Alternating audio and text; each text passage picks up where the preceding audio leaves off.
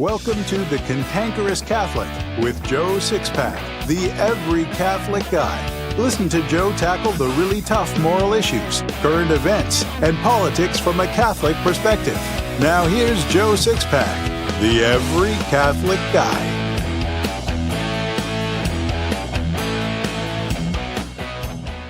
Hello, Six-Packers. In this episode, we're going to talk about how Catholics should respond to the idea of having a border wall at the southern border. As I'm recording this, a battle is raging in America. Trump and most of the right want to build a wall at our southern border. The left doesn't want the wall, and they claim any such wall would be immoral. But who's right from a Catholic perspective? As a body, the USCCB, or United States Conference of Catholic Bishops, agree with the left. They think a wall would be immoral too, and they're urging Catholics to fight its funding. Here are a few facts. An estimated 20 million illegal aliens are in America. President Trump asked Congress for funding to secure the border, but Congress has refused. President Trump says this is unacceptable. So he has declared a national emergency so he can fund the wall through other means. The basis for the declared emergency is his claim that illegal drugs pour through the border, sex trafficking pours through the border, and illegal immigration costs the country billions of dollars annually. Opponents to the wall construction say that President Trump and supporters of the wall are racist because illegal immigrants are just seeking a better life. Where do you stand on this issue? Should we build the wall or shouldn't we? We'll discuss that when we come back. Can you see yourself making converts? Very few books have ever been written to teach the mechanics of practical Catholic evangelization, something all Catholics are obliged to do. Of the books available, none teach you a step-by-step method for actually cultivating an inquirer, then taking that inquirer all the way to the baptismal font. Until now, nobody is more qualified to teach Catholic evangelization than Joe Sixpack, the every Catholic guy. Joe Sixpack has made hundreds of converts since 1988 in small group and one-on-one venues, and 84 of them are his adult godchildren. Consequently, Joe Sixpack, the every Catholic guy, is a virtual treasure trove of how-to resources for evangelization. In the Lay Evangelist's Handbook, Joe Sixpack will show you how to become one of God's rock stars of evangelization, what the two primary obligations are for all Catholics that most people don't know, how to begin the journey to becoming a saint, the actual mechanics of productive evangelization, the dangers of nice Catholicism, how to hear God laugh, what to do step by step to win over a convert, and much, much more. Get your copy of the Lay Evangelist's Handbook by Joe Sixpack, the every Catholic guy, today in print or ebook on Amazon, Apple Books, Barnes & Noble, and Kobo.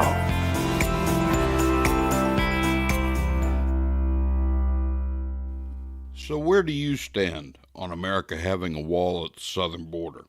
As committed lay Catholics, any issue we view, any issue we're involved with, we have to view it through the eyes of faith. A Catholic who knows and understands the faith realizes that we're going to be judged by God on the basis of what we do or fail to do. Our understanding of faith also informs our conscience, and that realization forbids us from standing on the sidelines of any moral issue. We have to act in a way that's consistent with Catholic teaching. So is the USCCB right about this? Many of our nation's bishops disagree with the USCCB's official stand, but many other bishops agree fully. So they are clearly conflicted here. An old adage of theology is, when the doctors disagree, the patient is free. In other words, the consciences of American Catholics are free from obedience to the bishops on this issue. Frankly, even if all the bishops agreed with one another on this issue, build the wall, don't build the wall, they've become such political animals over the last 50 years that we couldn't and, in my opinion, shouldn't listen to them about anything remotely connected to politics. After all, they preach and teach against abortion and contraception, yet the USCCB funds organizations promoting those very things. The USCCB has absolutely no credibility with Catholics in America. That's something they've earned. That's on them. Possessing an informed faith means possessing a well-formed conscience. As the Church has taught for 2,000 years, after diligent reflection, when we are certain something is the right thing to do, we must follow our conscience. We can never act on a doubtful conscience, which means we have to be absolutely certain of the morality of an act before we perform that act. To act when we're not certain about a thing is a sin, even if we find out later that we did make the correct choice. This means that the wall and security on the southern border can't be mere opinion for a Catholic layman. As all sides of the argument has made clear, this is a moral issue, so we as Catholic lay people must act. We can't sit on the sidelines and not participate in the national discussion, and we have to be mindful that God will judge us for what we do.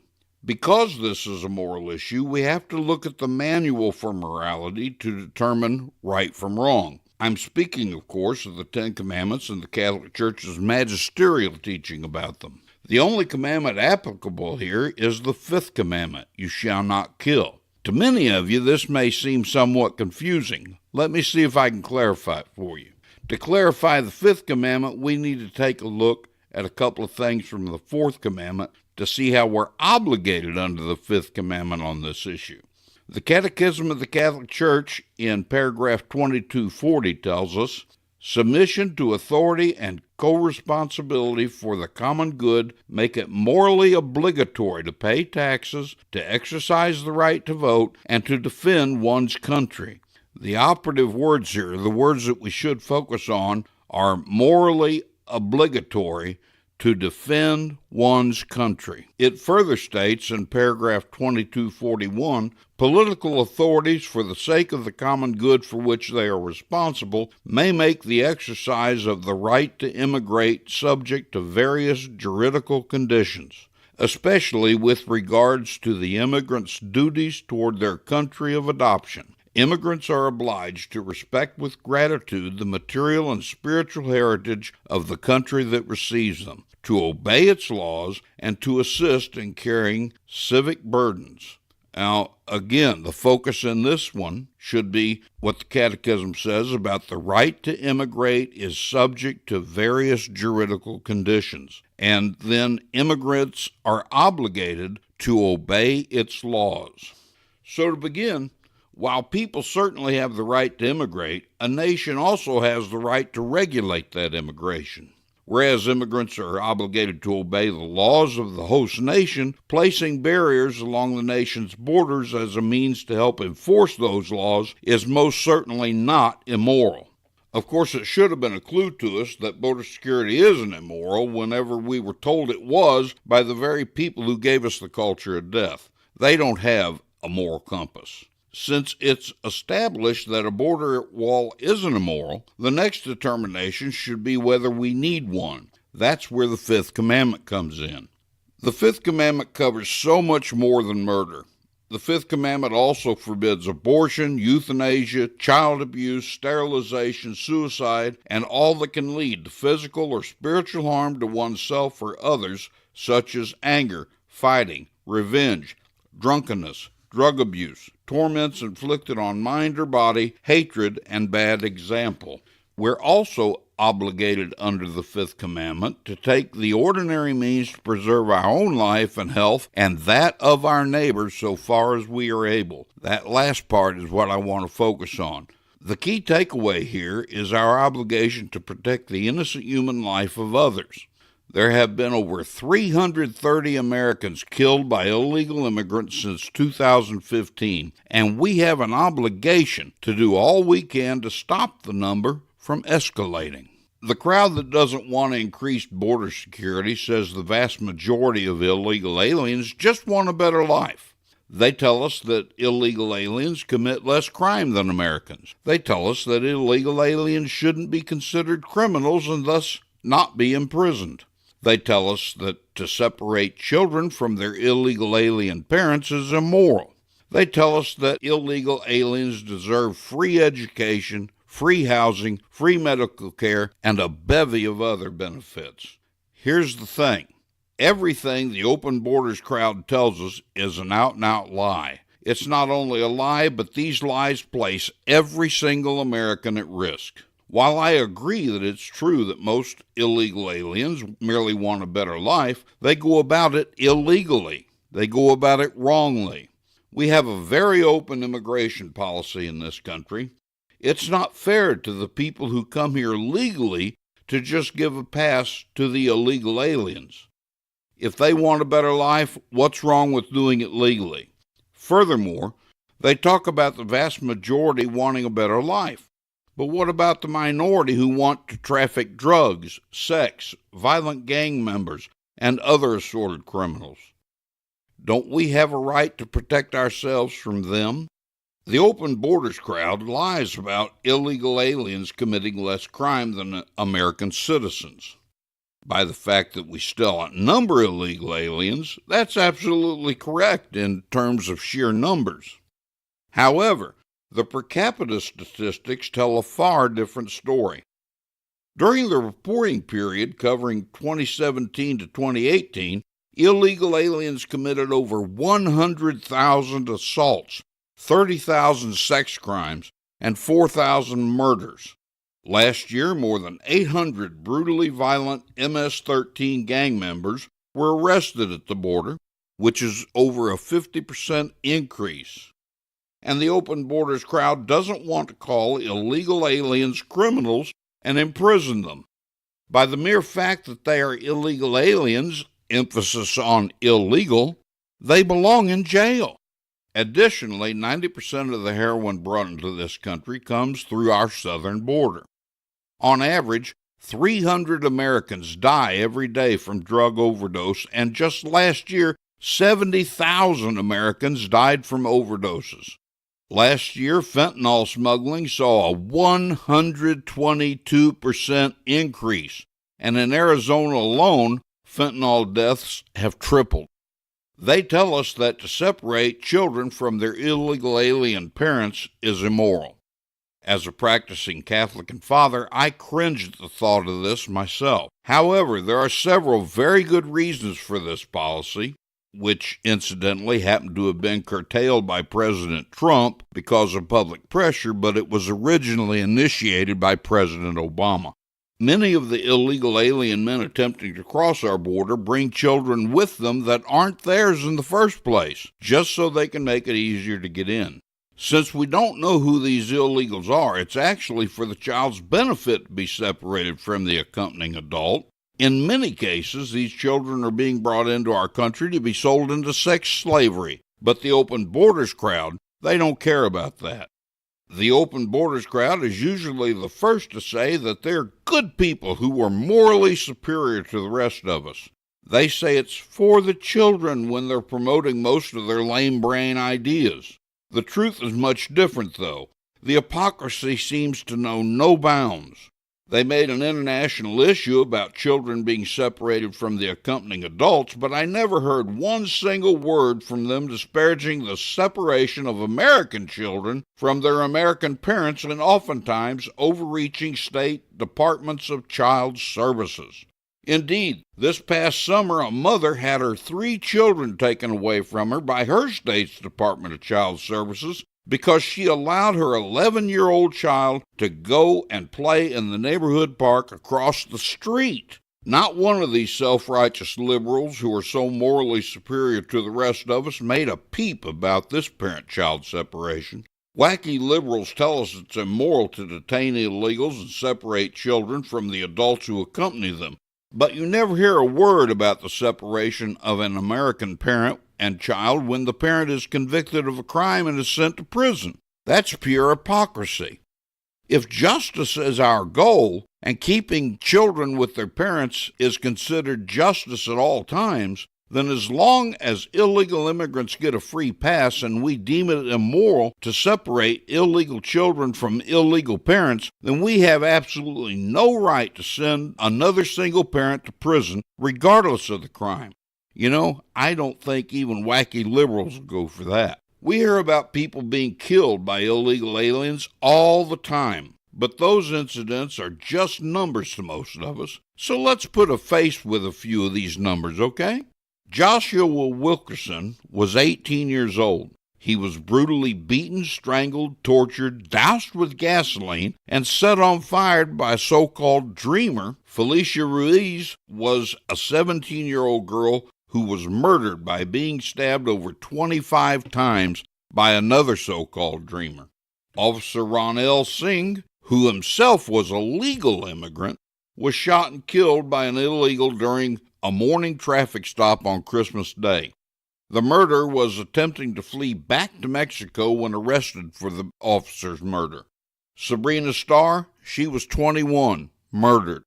Stephen R. Marler was a 38-year-old man, and he was murdered by an illegal alien from Mexico in 2018. Molly Tibbetts. Most of you probably remember Molly Tibbetts. She was abducted and was missing, and they searched for her for weeks. Finally, this 20-year-old woman, we found out, was murdered by a Mexican native in Iowa. Grant Ronnebeck, 21. Murdered? How? Who? What? By a dreamer.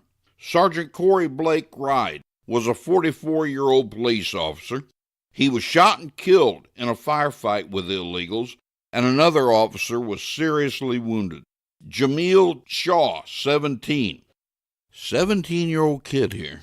He was murdered by an illegal gangster. The fact is that Shaw was the victim, and he had no police record. And even the police say Shaw wasn't known to hang out with the local gangs. So just an innocent kid targeted by MS-13 members just because they wanted to.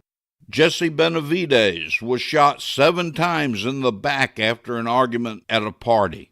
This 33-year-old man was murdered, and the Benavides family found out afterward that the murderer had been previously arrested for rape, yet he continued to live in the United States. Spencer Golvach, 25, an illegal alien shot and killed Spencer on January 31st, 2015 in Houston, Texas. The family found out that the murderer had at least 2 other past arrests, including a 2002 burglary and assault in 2003. Margaret Kostelnick was 60 years old when she was raped and murdered by an illegal. There is a well-known case that everybody's heard of. As a result, a law or a bill that never passed into law was named after her. We're talking about the Kate Steinle case. This 32-year-old beautiful young woman was murdered by a 3-time previously deported alien from Mexico. The list could go on and on. At the end of the day, the practicing layperson has to stand by the president in fighting the open borders crowd to secure our border. It's our moral obligation to protect the lives of innocent people so far as we are able. Some may not yet be convinced of the need for advanced border security, so let me make it a little more personal for you. You will certainly agree that you have a responsibility to protect your family at home as best you can. I assume you agree with that because I would imagine it would be a safe bet to say you have locks on your doors and that you use those locks before retiring for the evening. Why do you have locks? Why do you lock them before you go to bed at night? Obviously, you have locks you use at night to protect your family from burglars and other home invaders. That's just common sense. The United States of America is every citizen's collective home. We have a lot of locks to protect us. We have laws that punish those who would harm us by doing bad things. We have the military that protects us from really big and bad home invaders. But our collective home doesn't have a front door, much less a lock. We have to protect our American family. Representative Nancy Pelosi was the first to say walls are immoral, yet she has a wall surrounding her estate. Applying her logic, that wall should be destroyed. Representative Alexandria Ocasio-Cortez, the woman they call AOC, calls the wall immoral as well. Yet she lives in a luxury apartment complex with very tight security, and you're not getting in there unless she says so. Applying her logic, the complex security guards should be fired and all security measures removed. Do you think that Pelosi and Ocasio-Cortez will apply the same logic to themselves that they expect every other average American to live by? I don't think so. This and most fights we face in America is between liberals and sane people. Liberals today would have been committed to insane asylums 50 years ago. I've always promoted the idea that liberals suffer from mental disease. The DSM-1, which was the first edition of the Diagnostic Manual of Mental Disorders, used by psychiatrists and psychologists to classify mental illness, classified practically all the liberal agenda items as mental disorders. For example, homosexuality and transgenderism were considered severe mental disorders under the DSM-1. Now the psychiatric community has the DSM-5, 4 editions since then, which pretty much classifies all normal people as mentally deranged. They say that being opposed to homosexual acts, for instance, is a mental problem called homophobia. That's really not surprising because members of the psychiatric profession determine what goes in the DSM. Many members of the LGBT community, before such community even existed, took up the study of psychology to see if they could cure themselves. What they ended up doing instead was to completely change the mental health standards altogether, more to suit their way of thinking. Now you know why I promote the idea that liberals suffer from mental disease. And it's these deranged people who want to promote an open borders agenda over the protection of the American people. That's sad. Learn things about the Catholic faith you never knew in Joe Sixpack's Secrets of the Catholic Faith. There are many essentials to our holy and ancient faith that few modern Catholics know.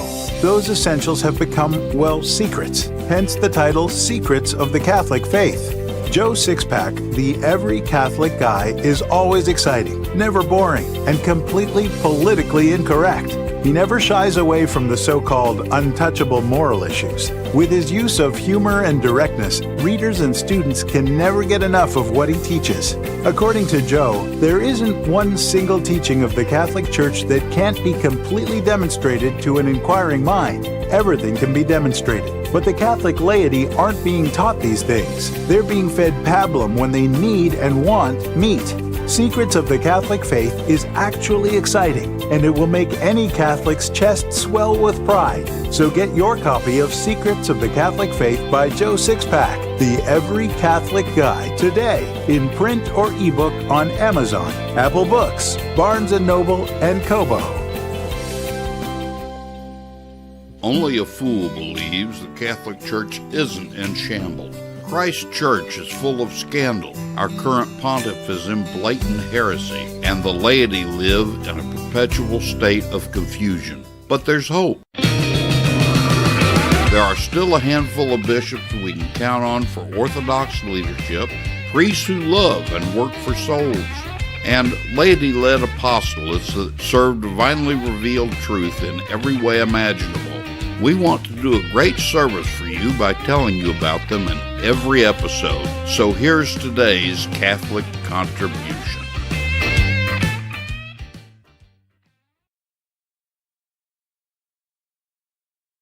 Terry Barber is an international speaker, and he's been instrumental in founding 3 Catholic organizations: St. Joseph Communications, Catholic Resource Center, and Lighthouse Catholic Media. He's also a co-host of the Terry and Jesse radio show on Virgin Most Powerful Radio, as well as Reasons for Faith Live with Jesse Romero on EWTN Radio. St. Joseph Communications is the largest international audio and video production and distribution company in the United States, with distributors in Canada, England, Australia, and the Philippines. Terry has over 30 years' experience in evangelization in the Catholic Church. His 2 most influential talks today are the 10 Commandments of Evangelization and the 5 Reasons to be Catholic. His most recent book, which I've read and think it's most excellent, is How to Share Your Faith with Anyone, published by Ignatius Press. It has endorsements from Catholic Answers former President Carl Keating and author and speaker Stephen Ray. Terry is a true pioneer of Catholic evangelization and currently lives in Southern California with his wife and 4 children. Terry has recorded numerous podcasts on St. Joseph Podcast called Culture Warriors for Christ and God Love You, addressing all the social issues affecting our culture today, very much like the Cantankerous Catholic. Terry has been instrumental in helping promote Catholic radio since the 1980s, which at the time there were only 5 Catholic stations across the country. Terry has touched millions of lives through CD evangelization, and in the last 31 years he has distributed over 25 million inspirational Catholic CDs and DVDs. If you have ever listened to Dr. Scott Hahn, Steve Wood, Stephen Ray, or Tim Staples, you have been directly influenced by this man through his ministry. Most importantly, Terry has attended daily Mass since he was 14 years old, and he's so excited about the Catholic faith that he and his wife actually honeymooned in Lourdes, where Our Lady of Lourdes appeared to St. Bernadette Soubirous. You would do well to follow Terry and learn from him. I believe a really great way to teach the faith is through stories, parables, and anecdotes. So here's today's story. This is a true story. Leonardo da Vinci, as we all know, painted the famous painting, The Last Supper. The man he used as a model for Jesus was a young man who sang in the choir of the cathedral. His name was Pietro Bandolini. Da Vinci admired the young man's beauty, innocence, and kindness in his face, all of which came from his deeply religious and noble character. Of course, we all recognize that image representing Jesus as a masterpiece. Still working on the painting years later, Da Vinci began searching for a model for Judas. One day on the streets, he met the perfect model. The man was incredibly ugly, and evil and greed were written all over his face. After Da Vinci hired the man and returned to the studio, he began immediately to paint Judas from the horrible face of the model when he suddenly stepped back in surprise. Da Vinci's brush dropped from his hand because he recognized the lines in the model's face. He asked, "Haven't I seen you somewhere before?" "Yes," replied the very ugly man. "You painted me before. I'm Pietro Bandolini." A life of sin had changed Pietro from someone who was like Jesus into someone who was like Judas. Since mortal sin is a grievous sin against God, it must be punished. Mortal sin is actually its own punishment, though, because it brings sadness, sorrow, and misery into your life. It makes sad changes in your appearance, but that's nothing compared to the horrible change it makes in your soul. You need to learn to hate mortal sin before it changes you into another Judas Iscariot. I'll see you next time, Sixpackers, and remember, comfort and conviction don't live on the same block. This has been The Cantankerous Catholic with Joe Sixpack, the Every Catholic Guy. Thanks for subscribing, and be sure to visit cantankerouscatholic.com to get your free copy of Joe's popular book, The Best of What We Believe, Why We Believe It.